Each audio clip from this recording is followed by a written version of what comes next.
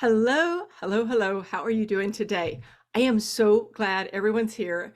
And if we haven't met yet, I'm Kelly Howard. I am known as the fitness consistency expert with a touch of adventure. And today I have a very, very special interview that actually has come about partially because of my touch of adventure. So I'll tell you about that in just a second. But I have a special interview for you today, and I can't wait to introduce you to our guest. And so, hello, everybody. Thank you all so much for being here today. I have a very special guest, and he is inadvertently, he doesn't even know this, but he helped me recover from some physical challenges I had last year. And so I'm super excited to have Dr. Robert Wolfe on today with us. So let me tell you, let me go ahead. I want to read Dr. Wolfe's bio for you so that you get a feeling of what's behind this gentleman, because I didn't know everything that was going on until I actually started doing a little research. So Dr. Robert Wolfe went to college at UC Berkeley. He was a 3-sport varsity athlete, playing basketball, track, and golf. And after college, Dr. Wolfe went back to school for his PhD, which led to a career in clinical research. The focus of Dr. Wolfe's research is on the regulation of muscle metabolism, particularly as it's affected by aging and stressors. And that's what I was looking at, right? Such as injury, sepsis, and cancer. His research has been performed largely in human patients and normal volunteers. Dr. Wolfe has developed models using stable isotopes to qualify a variety of metabolic processes in human subjects, including the oxidation and production of fatty acids, various aspects of carbohydrate metabolism, and the rates of muscle protein synthesis, breakdown, and the transport of amino acids between blood and muscle tissue. And that's where I found him. So Dr. Wolfe serves as a faculty member at the Harvard Medical School for 9 years and is currently the director of the Center for Translational Research in Aging and Longevity at Reynolds Institute on Aging in Little Rock, Arkansas, even though today we're talking with him from New Zealand. He has published over 500 peer-reviewed research articles, 3 books, and holds many active patents. Dr. Wolfe is co-founder of the AminoCo company, which is formed to bring his patented amino acid formulas developed over 40 years of clinical research to the public. Okay, that was a long bio, but so worth it. Dr. Wolfe, thank you so much for being here today. We're really excited. Yeah. So if you'd like, I'll just tell you how I found you. I went through last year, so that would be 2022.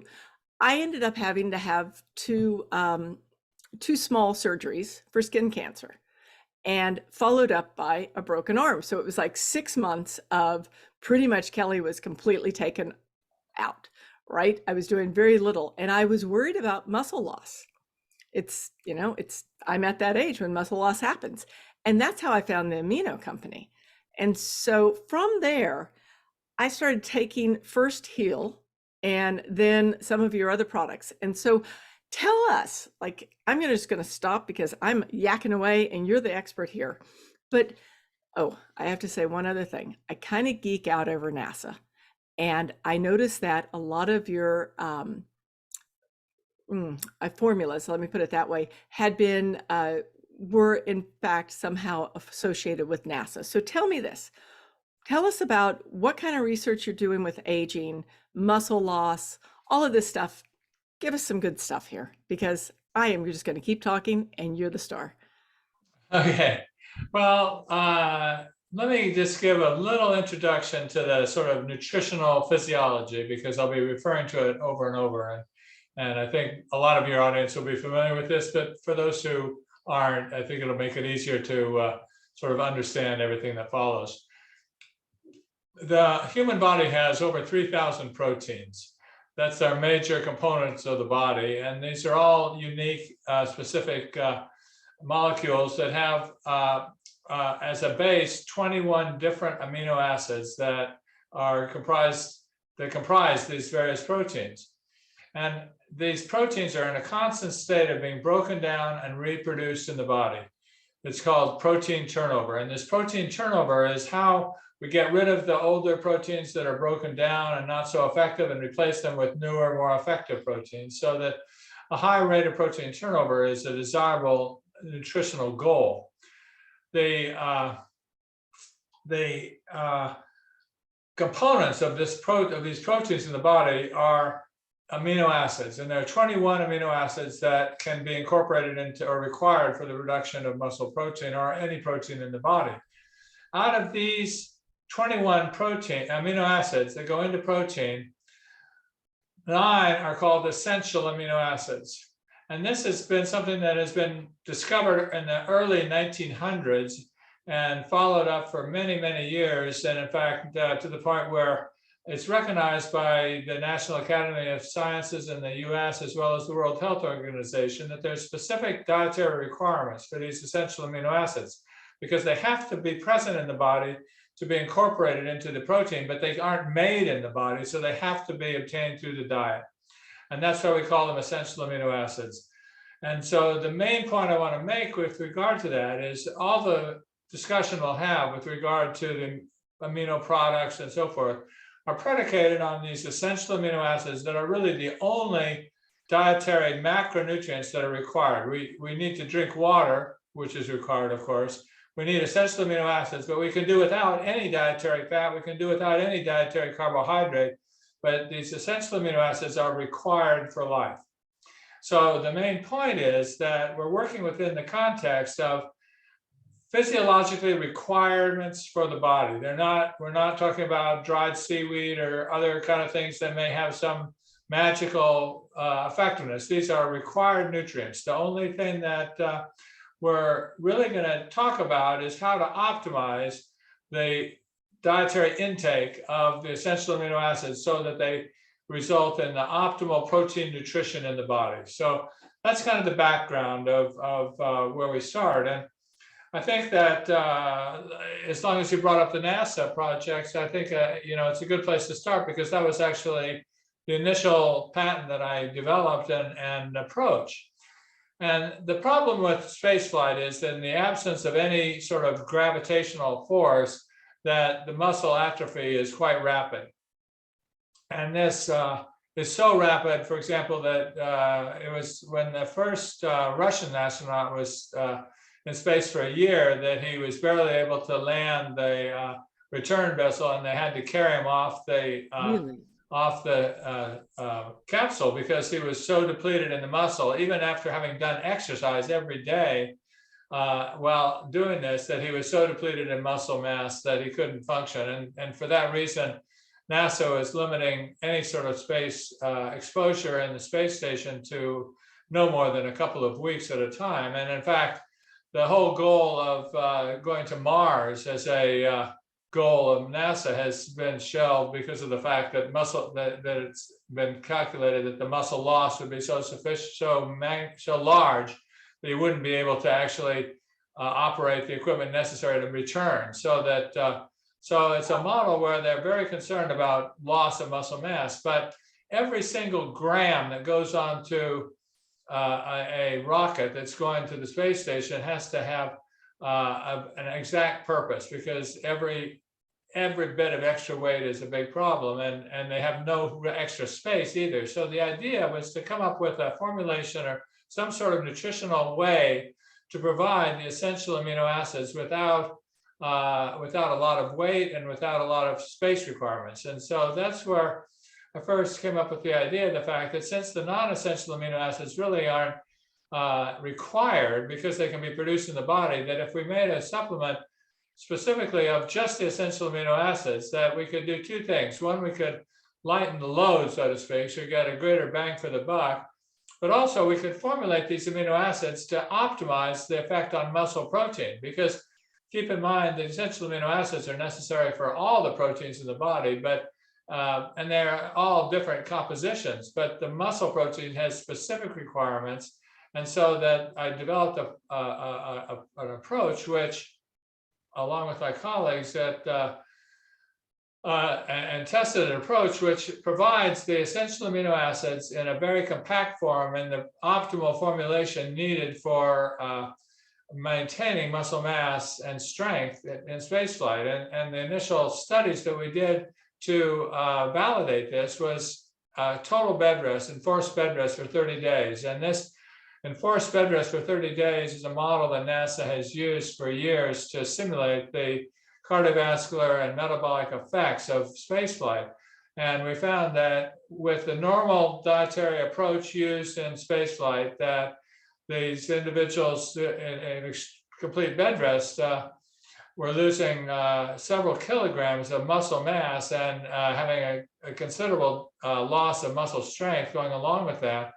And those that were given the amino acid supplement had virtually complete attenuation of that loss of muscle, so that they maintained their muscle mass and muscle strength. So that was both important for NASA, but also really opened my eyes to the fact that there are probably other circumstances that this kind of approach would be helpful for, and specifically targeted older individuals. And the next study we did was in older individuals over 60 years old, healthy, but not really involved in any organized exercise program, and not following any particular type of diet, and gave them dietary supplements for 12 weeks, and found that we had a significant increase in several different physical parameters. And this was a blinded study, so we didn't know who was getting what until after the study was over. But those getting the essential amino acid supplements improved both muscle strength, muscle mass, and their ability to walk a certain distance in a given amount of time, and other sort of physical tests. Wow. Whereas there was no real change at all in those that were not getting anything. And particularly impressive to me was the fact that the men in the study averaged about a 15% improvement, and the women were almost a 50% improvement. Oh my goodness, 55 0? Yes, 50%. And That's so I huge. think that, that really has led me to exploring a lot of different aspects of why women seem to benefit to a greater extent from essential amino acid supplementation than men do. And, I think maybe that would be something we might want to talk about today. I would because love I to think, talk about that, because I I mean, think that most of the people who listen are women. So yeah, and I think yeah. that women are very attuned to nutritional factors, but maybe not all of the research that has gone into why the essential amino acids are so important in health. But I think, you said an interesting thing about your own experience, which I think is not really common among a lot of women, and that is that you were concerned that you're losing your muscle mass, and you're concerned that that was happening with aging, and you're accelerated with your surgeries. Because a lot of people, particularly women, are not that concerned about their muscle as they get older. I can remember futilely trying to get my mother to take amino acids, and she was in her 90s when the product first became available, and her response was, well, I just get up and play bridge all day, so what do I need muscles for? And What do I need muscle for? yeah, and Sorry. yeah, so that was a Come on, challenge to Mom. my yeah. Yeah, and she wasn't the type to just take my word for it. So yeah, I It think doesn't matter that what kind of things you have and letters you have behind your name, right? no. Yeah, and that really opened my eyes, because she was certainly an educated person, but to her mind and to a lot of people, muscle equates just physical performance, and if we're doing enough to just get around, that's sufficient. But what I think that we really have to appreciate as you get older, and I'm just recovering from a hip replacement, so I can kind of relate to what you're saying, that you lose muscle mass and muscle function as you get older. That's inevitable. But what's also inevitable almost as you get older is you're going to have some problem, whether it be the surgeries you had or the hip replacement or something else that really knocks you back. And that accelerates the rate you lose the muscle. So as far as the physical function aspect, it really is important, because if you gradually lose your muscle mass and strength, you may not really notice it because you're not running races or something where your performance is really gauged. But then you have this sort of mini calamity where you lose muscle mass and strength at a rapid rate for a couple of months, And oftentimes that'll put you over the threshold to where now just the activities of daily living become a real struggle. And it's not just physical, but psychological, that you've lost so much strength. It's like, oh, what's the use? I just can't even go out to get the mail. And this is a real challenge. And this is the challenge that I have really tried to address through my research, is how we can enable older people to maintain a sufficient amount of muscle so that when they have a setback, that they're able not just to get back because of what they've taken, but because of the fact that they've maintained their muscle mass and function well enough before the problem, that they've got a little wiggle room, that they can still lose some and get back to where they were and not miss a beat as far as their physical state. Yeah. And In this, you mentioned 60 as kind of a benchmark age, but this probably even starts earlier, 50. well, we And use 60, it's an interesting sort of progression, because in that study we used 60 as a sort of including women that were past menopause.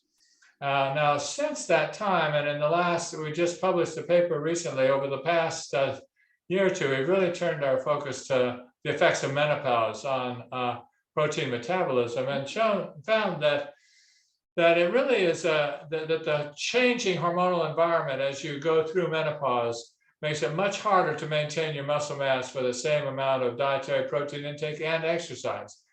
And I think that most women will, there are a lot of things that I can say that people might debate, but the fact that you lose some muscle and put on fat after menopause is something nobody's going to challenge me on. It's right. just what happens. Yeah. And that is partly related to the hormonal changes that occur. And it's partly due to the fact that, and maybe related to that, you have a lot of changes that occur in your dietary patterns as well in general. And this has become really appreciated over the past 15 or 20 years, that older women have a change in taste preferences that gets more and more pronounced as they get older, favoring more and more sweets and less protein food sources like meat in particular. Really? I didn't know that. Yeah, it's in Europe, a big study has just been completed, several year study, in which they documented the protein food sources of women as they got older. And in Europe, the predominant protein food source is for women over 65 is bread.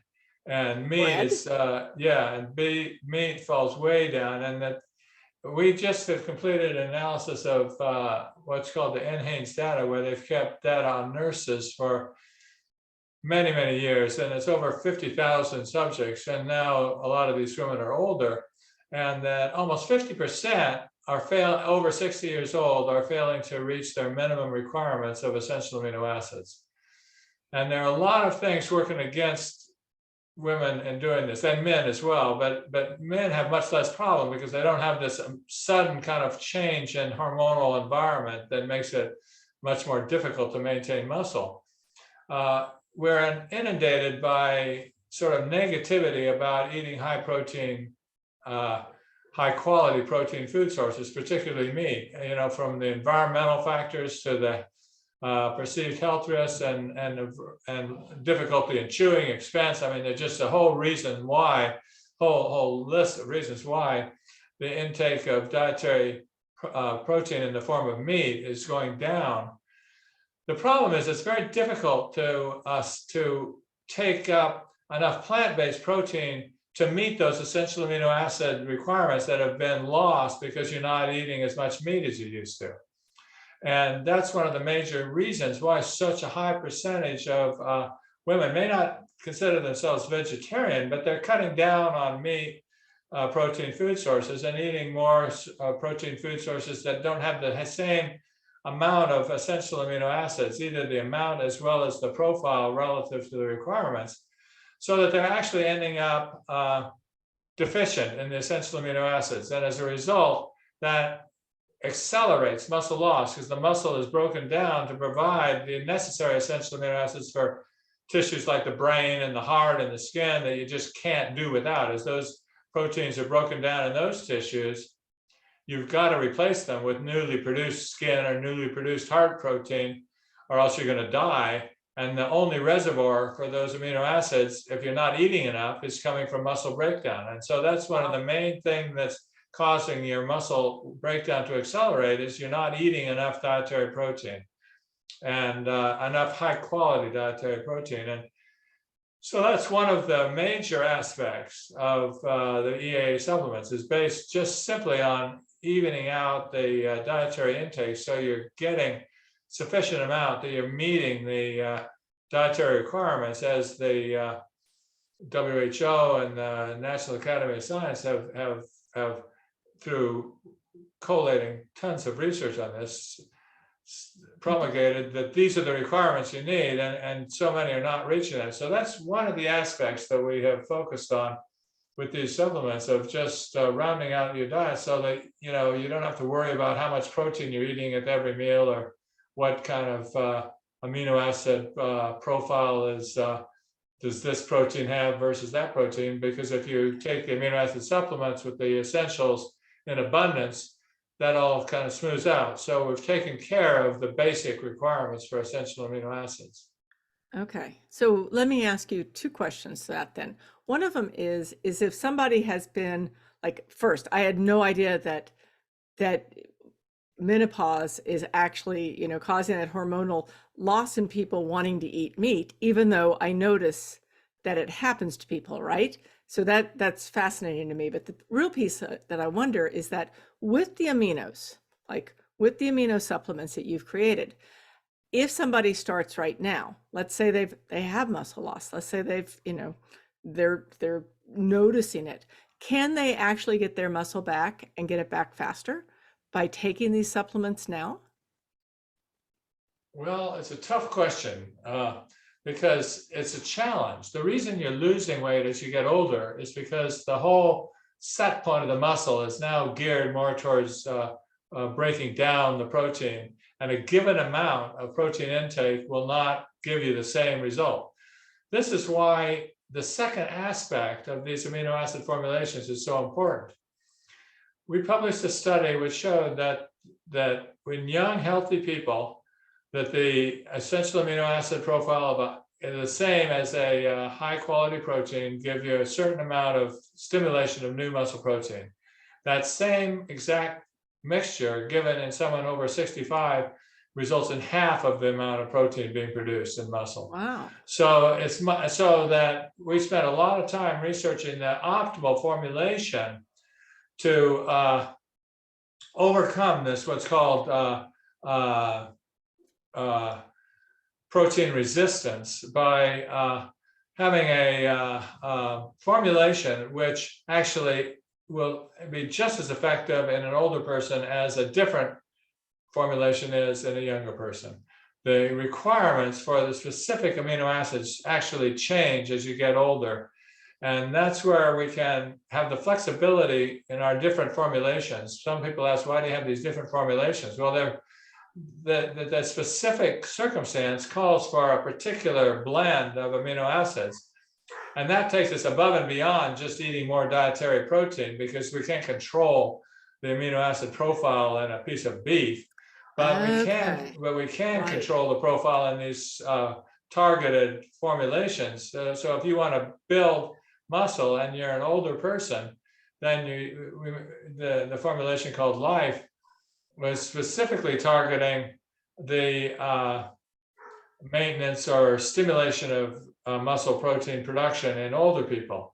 The Heal accounts for the fact that when you've had a catabolic event or a breakdown of protein caused by some real stress, that really puts you in a different sort of category than with the just healthy aging. And that's where the Heal is more important. And just as a parallel to the Heal, to the NASA story with developing the amino acid mixture, the Heal product was developed in conjunction with the US Army Ranger training, where they undergo tremendous stress and days of training with no food or little food and no sleep, and losing tremendous amounts of muscle, even in young, healthy soldiers.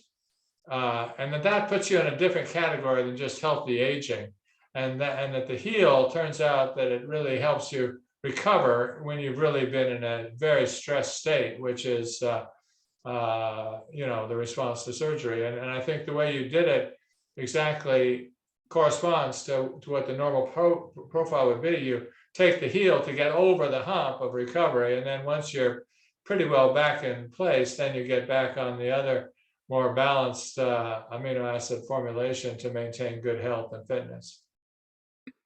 Nice. Okay, that makes total sense. And so, since you're talking about this, and I haven't explained to everybody about the products, would you talk briefly about the different products? Like you just talked about how life would work. So, if somebody is my age, I'm 62 now, so somebody's 50s, 60s, and they want to work on maintaining their muscle, maybe building it, they'd be looking at the product called Life. If they're going through maybe a surgery or a stressor, that's when they would use Heal. How, tell us a little bit about that, because I don't think anyone on that's listening right now has yet seen the products, and I really want to talk about them because I think they're amazing, quite frankly. The premise of the products, and they're all supported by patents documenting the difference between the products, is that they all contain the same essential amino acids, but that different physical circumstances dictates a different formulation for an optimal outcome. So that the Life, for example, is what I would call a general stimulant of muscle protein growth. It's particularly helpful for older people, and that's where it's really targeted for older people that are not exercising. If you're actually exercising, then it's a little different profile, and that is that we want to have something before exercise in order to kind of rev the system up, and so that you can actually build new muscle as you're exercising, and that you have enthusiasm for doing the workout, which is usually the hardest part. And so the product called Perform is designed both to promote the maintenance of muscle during the exercise, but also it shows a good example of how these various functions can be promoted by different formulations. Because the thing that makes us feel tired in a workout, is the balance between the neurotransmitters of dopamine and serotonin. Now, a lot of us are pretty familiar with the idea of serotonin, and that tryptophan is the precursor of serotonin, and it's in turkey and other kind of proteins that will make you sleepy. And that's kind of an oversimplification, but the point is that serotonin is the neurotransmitter that makes you feel tired and feel sleepy. And that's countered by dopamine, which is the excitatory neurotransmitter. And both dopamine and the serotonin are products of essential amino acids, so that we can, through the profile in the Perform, we're actually modulating the ratio of the dopamine to the serotonin, so that you have an alert response, very similar to what you get if you take a big dose of coffee, but without the potential sort of adverse effects that hit you halfway through the workout with coffee and sugar that you can get with an energy drink. We're stimulating attention and focus more physiologically by just enhancing the production of the neurotransmitters. So that's kind of a pre-exercise drink. And then after exercise, the Heal, where when you do exercise, you're actually damaging your muscle tissue. And the improvement comes in the regrowth and the re-stimulation of the muscle protein. And that's most rapidly induced by the Heal product, which is good for post-surgery, but it's also good for post-exercise. Any circumstance where there's been a stress to the muscle, that's what the Heal has been designed for.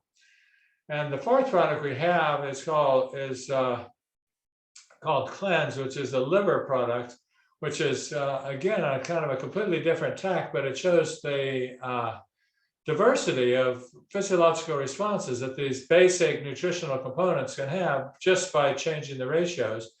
Because one of the major problems we have in the American Nutritional Society now is that fat gets deposited in the liver. And this can occur from drinking too much alcohol. It can occur from obesity and from other circumstances as well. Again, we've discovered that this process is very sensitive to the a balance of essential amino acids. And by taking our cleansed product, we can clear the liver of excess fat without even losing weight, going on a diet, or stopping drinking. Not that we wouldn't advocate those things, but most people don't do it.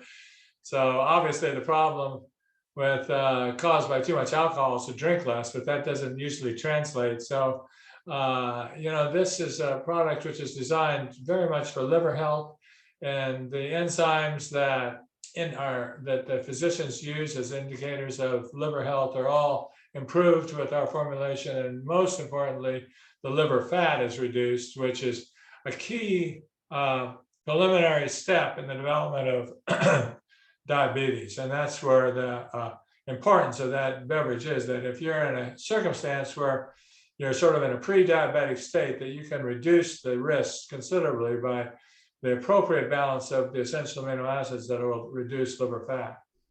So a variety of circumstances, and there's certainly overlap, but I think that we've tried to really go into a lot of information on the webpage in order to explain the rationale and the data supporting each of these different formulations. Yeah. I mean, and that's so, to me, it's so fascinating. There is one question that I know people are thinking right now, and it's, well, if I'm taking like protein supplements, you know, vegetarian protein supplements or whatever it is, pea protein, am I getting those essential aminos, or am I missing out on things, or should I be doing like both the amino supplements that you created and the protein, or is it a either or? Yeah, no, I think that one of the central premises of my approach is that eating high quality dietary protein, including protein supplements, is always going to be advantageous. The effect of the essential amino acids is above and beyond what occurs from dietary protein.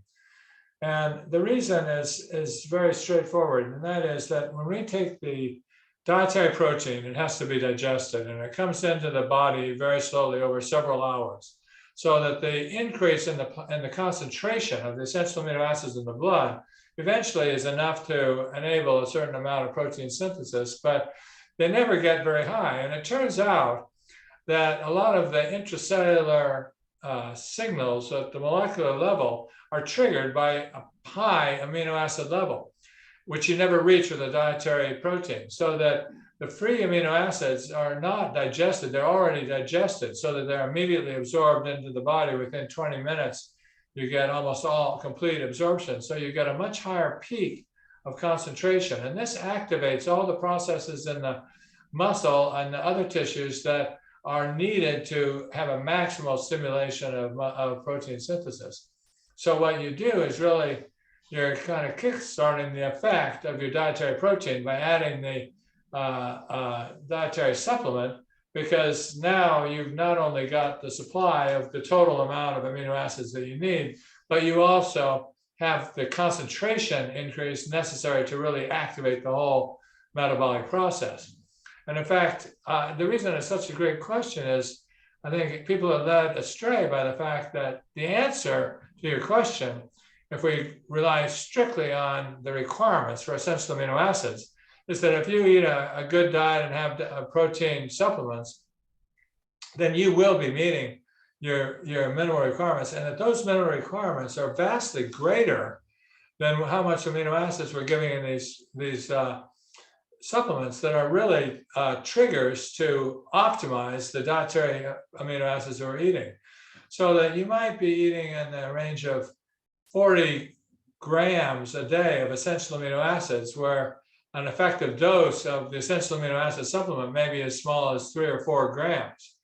And the reason, and so that it's not just we're providing the bulk, but that we're manipulating the metabolic molecular activity of the different tissues to take better advantage of the dietary protein that comes with a good diet.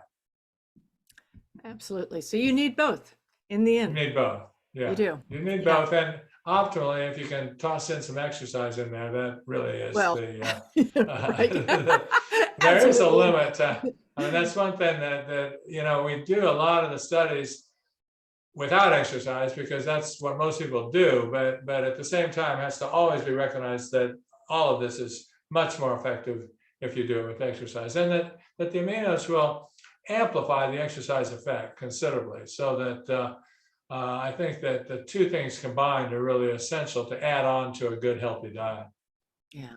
And luckily, the people that are listening, they understand exercise is essential.